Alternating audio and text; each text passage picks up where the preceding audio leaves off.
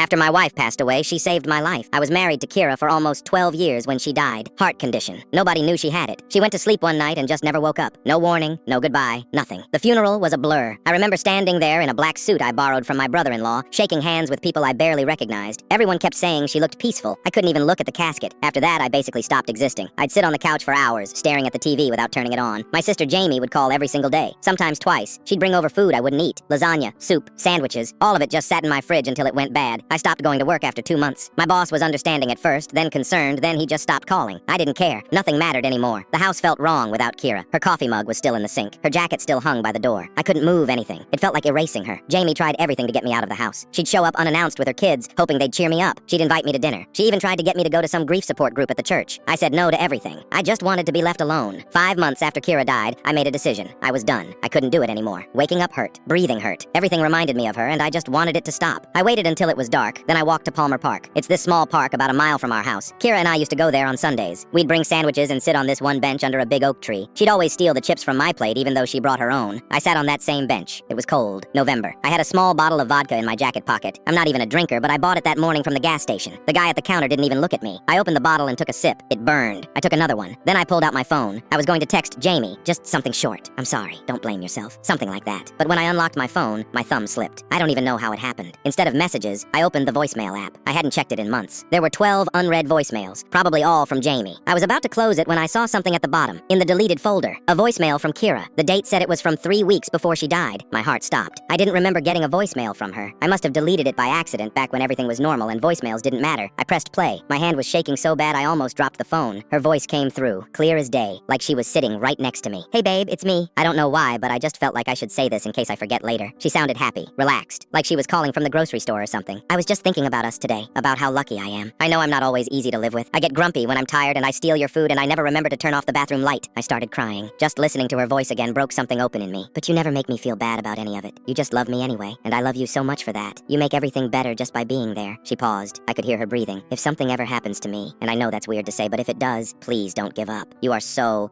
needed in this world. Your sister needs you. Your friends need you. And even if you don't believe it right now, you're going to be okay again someday. I promise. You're stronger than you think. The voicemail ended. It was only 1 minute and 20 seconds long. The vodka bottle slipped out of my hand and hit the ground. I just sat there, staring at my phone. Then I played it again, and again, and again. 4 times total before my phone died. I cried harder than I ever had in my entire life. Not sad crying. Something else. Relief, maybe. Or guilt. Or gratitude. I don't even know. I walked home. It took forever because I had to stop a few times. When I got back, I plugged in my phone and called Jamie. It was almost midnight. She answered on the second ring, panicked. Lyle? Are you okay? I need help, I said. Can you help me find someone to talk to? She started crying. Yes, I'll call someone first thing tomorrow, I promise.